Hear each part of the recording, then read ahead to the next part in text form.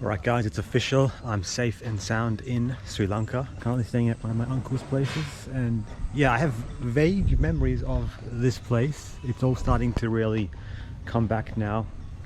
But yes, the last time I was in the country was 10 years ago, and I remember bits and pieces from that trip. Like I was 14 then, so I remember like a decent amount. But all trips before that I was really young, so I really don't remember much. So yeah, in a sense it is pretty much like almost like my first time in the country, really, because I was born and raised in Australia. It's what I'm most familiar with. So this is really a journey of self-discovery for me, because yeah, I'm half Sri Lankan and my father's from here. Like half my ancestry comes from this place. Part of it's really a personal trip for me, so it's really significant to be back here. But I am absolutely shattered because, man, last night, let's just go up here a bit, go around a bit. It's a beautiful garden here. As I walk through, I'll explain a bit what happened. Last night was an absolute mess, just getting into the country. Of course, I was already tired after the whole journey. When I got into the country, there was a few things that went a bit pear-shaped. First of all, the guy who was organized to pick me up from the airport didn't show up. He was running late.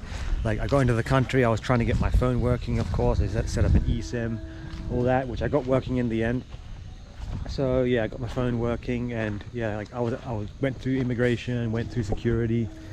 I got out, and yeah, the flight landed at like midnight, and yeah, it was meant to meet me shortly after then, but it didn't turn up, and yeah, just things just went a bit wrong. I waited for a while, and then I managed to get his number, get in contact, and he was still a while away. In the end, I decided to just take a taxi here. I didn't even remember exactly where to go or anything, so yeah, that happened. I took a taxi.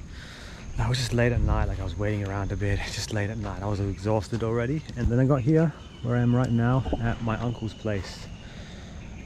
So yeah, beautiful garden behind here. But anyway, before I show you around a bit, I'll explain the drama that just happened. So I took my bags out of the car. We got here.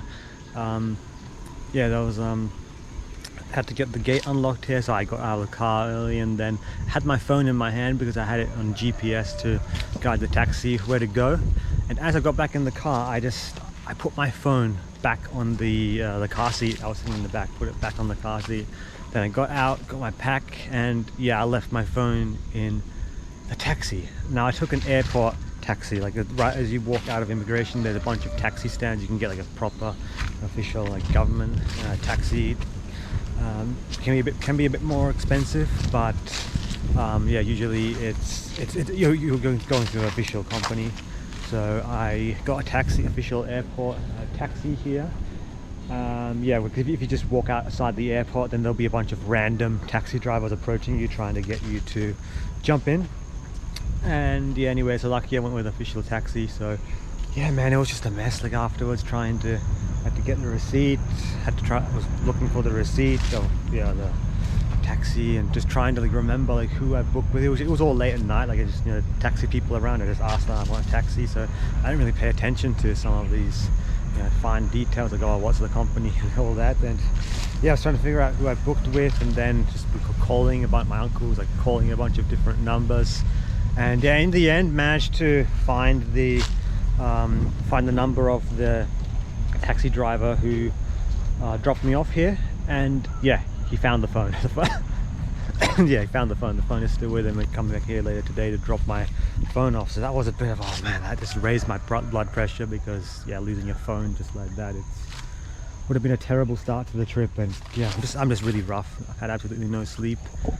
Yeah, I might have dozed a little bit on the second flight, Singapore to Colombo, but yeah, I was just ready to check out. But yeah, then all that happened. So yeah, it's early morning now. It's Christmas Day, by the way, so Merry Christmas to anyone watching this. This video will probably be well after Christmas, but yeah, wishing you all a very Merry Christmas and Happy New Year. I have arrived safely in Sri Lanka, and yeah, all the memories like back from my last trip are starting to come back now. And yeah, I'm very excited on taking you on a trip around the country, see different aspects. Sri Lanka unfortunately got smashed by a cyclone just a few weeks ago. Cyclone Ditpa, end of November, and yeah, the destruction in some parts, especially the hill country, central highlands, was absolutely devastating.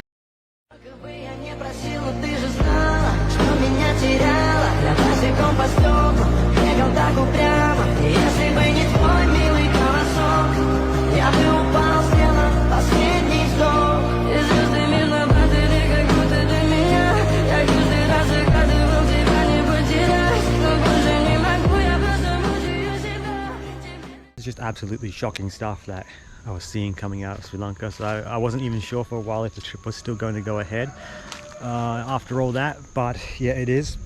Our family here luckily lived in the least affected area by the floods, but yeah, the whole country's just been absolutely smashed by those floods, and they've been really trying to get everything cleaned up and operational again, because they want tourists to keep coming. They want tourist dollars, of course, to come into the country. They need it now more than ever. Even though I was late at night at the airport, there were a lot of tourists still coming, so I think they've done a really good job turning things around and trying to just get the worst affected areas cleaned up, get all the trains and roads open, going once again. See coconuts just up there, bananas, there's a lot of different things. Walk through here, watch for snakes, of course. They do have Indian cobras here, so we got to keep an eye out for that. Papaya. They've got some sweet potato growing. I recognize this from the block. We've got some sweet potatoes, and there's some just growing here. Some spices, a cinnamon tree over here. Let's go. So yeah, I'm really glad that ordeal is over. Well, I don't have my phone yet. I'm still waiting for the driver to come back and drop it off, and he did say he's gonna have to charge for that again, because of course he's driving all that way, which I'll happily do it. I'll happily pay him again for just dropping it off, because, well, it was just a silly mistake on my part. I mean, I was already sleep deprived, because yeah, getting a new phone would be a lot more hassle, a lot more expensive, of course. So yeah, this here is a cinnamon tree. Sri Lanka is one of the global top producers of cinnamon, as well as some other spices. And yeah, this is it. It's a beautiful day here in Sri Lanka. It's not as bad in terms of heat, humidity. It's actually not as bad as I thought. Like I stayed in Brisbane for a night before this, and man, Brisbane was just absolutely disgustingly sweltering, especially overnight. There's actually a nice breeze here, still early in the morning, but yeah, it's not as humid as I thought it would be. I'm pretty close to a railway line as well. Do in fact have a well, water just down there, tank, traditional house.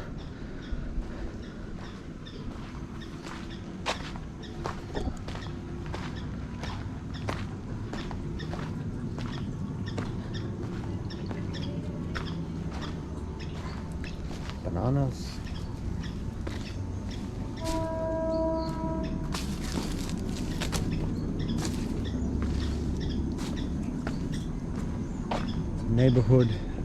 Some neighborhood street dogs.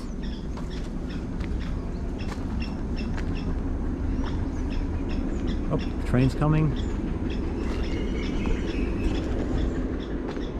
And here we have a traditional Sri Lankan bath. There's a well right there, the water comes up, and yeah, people go in there, and that's where you have get a bucket, wash yourself in here. Here we are, just out on the street in front of where I'm staying. It's right next to the railway line.